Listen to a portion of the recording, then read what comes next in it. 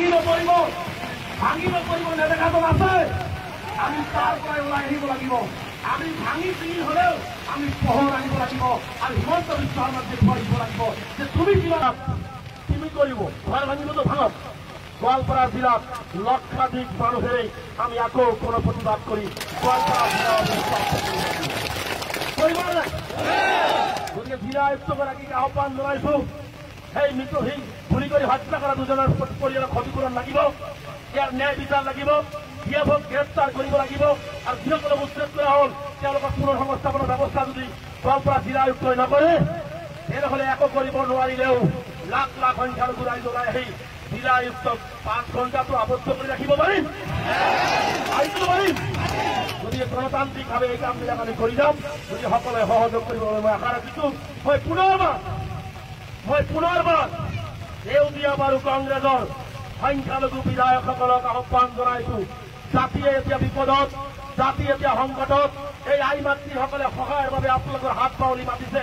যদি আপোনালোকৰ বুকুত সাহস নাই ওলাই আহিবৰ কাৰণে ৰেজাউল কৰিম চৰকাৰ আমচুক নেতৃত্ব দি আছে আমচুৰ সেনাপতিসকল আছে আমচুৰ পিছফালে আহি থিয় হওক অন্যথায় কিন্তু আপোনালোকক কাপোৰ হিচাপে আখ্যায়িত কৰা হ'ব ছাত্ৰীজনটো আহিব যদি মোৰ মা ভনীয়ে কাপোৰ পিন্ধিব নোৱাৰে মোৰ মা ভনীয়ে যদি ভাত খাব নোৱাৰে মোৰ মা ভনীৰ যদি ঘৰ নাথাকে আপোনালোকক ছাত্ৰীজন জিন্দাবাদ মাৰি খেদি পঠিয়াই দিয়াৰ ব্যৱস্থা গ্ৰহণ কৰিম সময় থাকোঁতে মুখৰ পৰা ফেৰতে খুলি ৰাইজৰ দুৰ্দশাৰ ৰাইজৰ কাষত থিয় হওক আমচুৱে যেনেকে থিয় হৈছে সংগ্ৰাম পৰিষদে থিয় হৈছে আজি সকলো বিভিন্ন দল সংগঠন থিয় হৈছে ধৰ্ম নিৰপেক্ষ ৰাইজ থিয় হৈছে কিন্তু আমাৰ যিসকল বিধায়ক আছে তেওঁলোকে থিয় হোৱা নাই এই কথাটো ৰাইজক মই বিচাৰ দি থৈ গলো অহা দিনবিলাকত ইয়াৰো বিচাৰ এটাকে হিচাপ লওক কথা কবলৈ নাযাওঁ দেখুৱাই দিয়ক তেতিয়াই ভাবিম যে আপুনি সঁচা কথা কয় আপুনি মিছাৰ ৰজা নহয় কাৰণ হিমন্ত বিশ্ব শৰ্মা আমি জানো বিশ্বৰ মুখত আটাইতকৈ মিছা কথা কোৱা আটাইতকৈ নিজ মানসিকতা চিন্তা কৰা ব্যক্তিজনে হৈছে হিমন্ত বিশ্ব শৰ্মা গতিকে সেইজন ব্যক্তিয়ে যেতিয়া কয় আমাৰ ল'ৰা ছোৱালীক পঢ়াব আমাক পঢ়াব নালাগে চব খালি পাঞ্জাৱ ইণ্টাৰনেশ্যনেল পঢ়াই দেখুৱাই দিয়ক চাওক কিমান সঁচা কথা আপুনি কয় সেইটো চেলেঞ্জ মই মুখ্যমন্ত্ৰীক কৰি দিছোঁ গতিকে সদৌ শেষত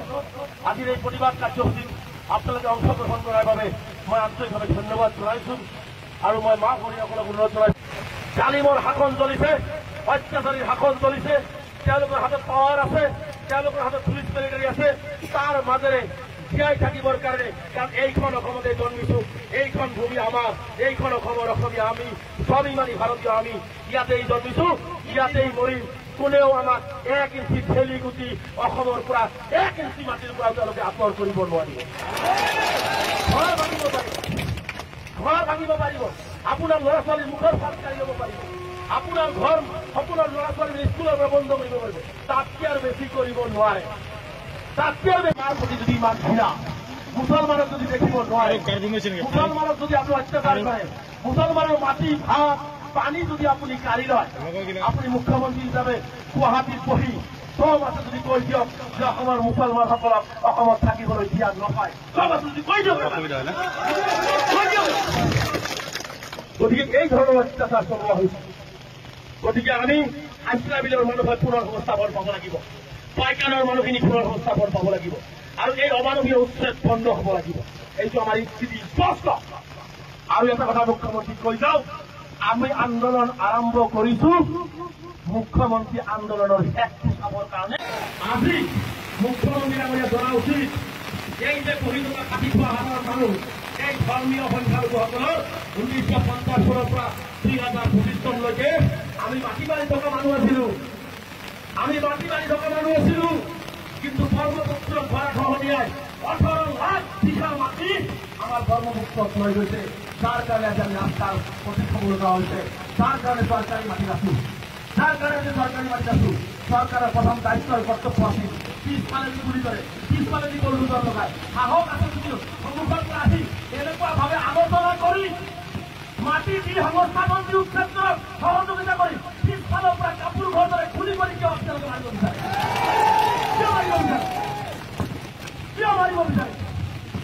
নোৱাৰো যদি ভূমিয়ে নাথাকে যদি আমাৰ মাটিয়ে নাথাকে যদি আমাৰ ল'ৰা ছোৱালী খাবলৈ নাপায় আজি 7,000 ছাত্ৰ ছাত্ৰী স্কুলেৰ পৰা বঞ্চিত হৈছে আজি আমাৰ মাদ্ৰাসা মছজিদ আমাৰ পূৰ্বপুৰুষ য'ত শুই আছে মৰিছে কবৰস্থান তাতো আপুনি জেচিবি লগাইছে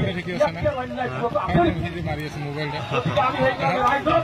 বুকুত সাহস ল'বৰ কাৰণে আহ্বান জনাইছো কাজিয়া পেচাল কৰি নহয় হিন্দু মুছলমান কৰি নহয় গণতান্ত্ৰিক আন্দোলনৰ জৰিয়তে সংবিধানৰ গণ্ডিৰ মাজত থাকি এদিনাখন আমি সভাবিলাক শেষ কৰি আহ্বান জনাওক তালি টপলা ল'ৰা ছোৱালী লৈ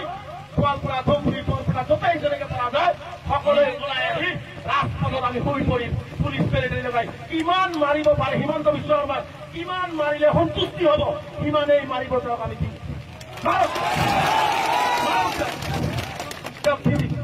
গতিকে মই আহ্বান জনাইছো গোৱালপাৰা জিলাবাসীক আহ্বান জনাইছো যে বিপদৰ সময়ত যদি কোনোবাই কাৰোবাক চাপ দি দিয়ে ইয়াতকে আৰু মিৰ্জাফৰ কেতিয়াও কোনো হ'ব নোৱাৰে হিন্দু হওক মুছলমান হওক হিন্দু হওক মুছলমান হওক বিপদগ্ৰস্ত মানুহৰ কাষত যদি কোনোবাই মানুহ হিচাপে থিয় হ'ব নোৱাৰে তাৰ ভিতৰত তিল মানৱতা নাই মানুহৰ কোনো ভয় নাই গতিকে মই আহ্বান জনাইছো ধৰ্মৰ ভিত্তিত নহয় য'তেই অমানৱীয়ভাৱে উচ্ছেদ হ'ব য'তেই ধৰ্মীয় মেৰুকৰণ কৰি উচ্ছেদ হ'ব কৈ গলো হিমন্ত বিশ্ব শৰ্মাই অসমীয়া জাতি ধ্বংস কৰিব টাৰ্গেট অসমীয়া জাতি ধ্বংস কৰা তেওঁ কেৱল মাত্ৰ হিন্দু মুছলমান কৰি আছে তেওঁ অসমীয়া জাতি ভাল নাপায় তেওঁ হিন্দু মুছলমান কৰি হিন্দুসকলক তেওঁ ভাল লগাব বিচাৰে কিন্তু যেতিয়া ভাব আমি আমছে হিন্দু মুছলমান নহয় আমি মানুহ হিচাপে জীয়াই ৰাখিব বিচাৰো আমি মানৱতাক জীয়াই ৰাখিব বিচাৰো আমি শংকৰদেৱ আজাদ ফকীৰ গুৰুজনাই গঢ়ি যোৱা সেইখন অসম আমি বিচাৰো হিমন্ত বিশ্ব শৰ্মা ডাঙৰীয়াৰ সেই সাম্প্ৰদায়িক ঘৃণাৰ অসম আমি বিচাৰো এইটো স্পষ্ট গতিকে আপোনালোকে মনত ৰাখিব এই গাছ যে পানী পৰিছে এই মাছ চকুৰ পানী এই চকুৰ পানী এটা এটা হিচাপ অসমৰ ৰাইজে হিমন্ত বিশ্ব শৰ্মাৰ পৰা ল'ব আৰু নেতাকে আল্লাহ বৰ বিশ্ব আছে হিচাপ অলপ লাহে লাহে হয়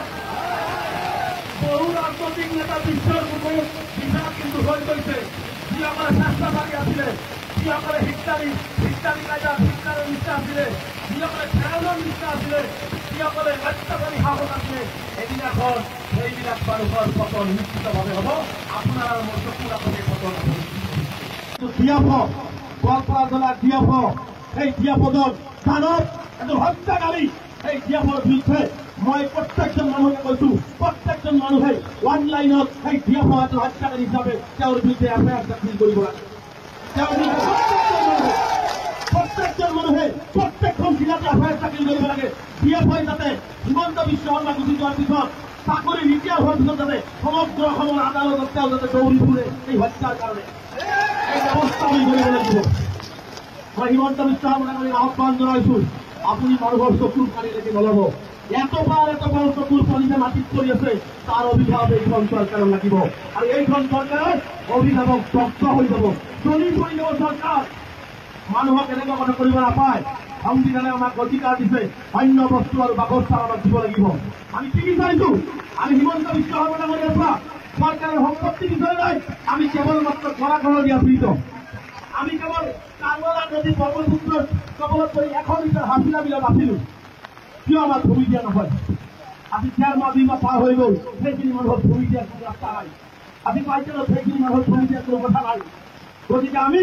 যেতিয়ালৈকে পাইকাৰ আৰু হাছিলা বিলৰ মানুহে ভূমি নাপায় তেতিয়ালৈকে আমাৰ আন্দোলন অব্যাহত বহুতে গোৱালপাৰা জিলাত বহুতে হয়তো অহা নাই এটা কথা মনত ৰাখিব যাৰ ঘৰত পানী উঠিছে সি আহিছে কিন্তু কাইলৈ যে এই পানীয়ে আপোনাৰ ঘৰলৈ উঠিব তেতিয়া কিন্তু আপুনিও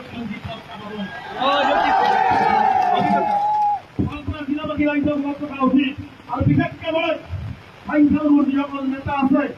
সংখ্যালঘু বিভিন্ন দল সংগঠনৰ যিসকল বিভিন্ন ৰাজনৈতিক দলৰ নেতা আছে স্পষ্টকে কৈছো জাতিৰ দুৰ্দিনত আপোনাৰ আমাৰ সংগ্ৰাম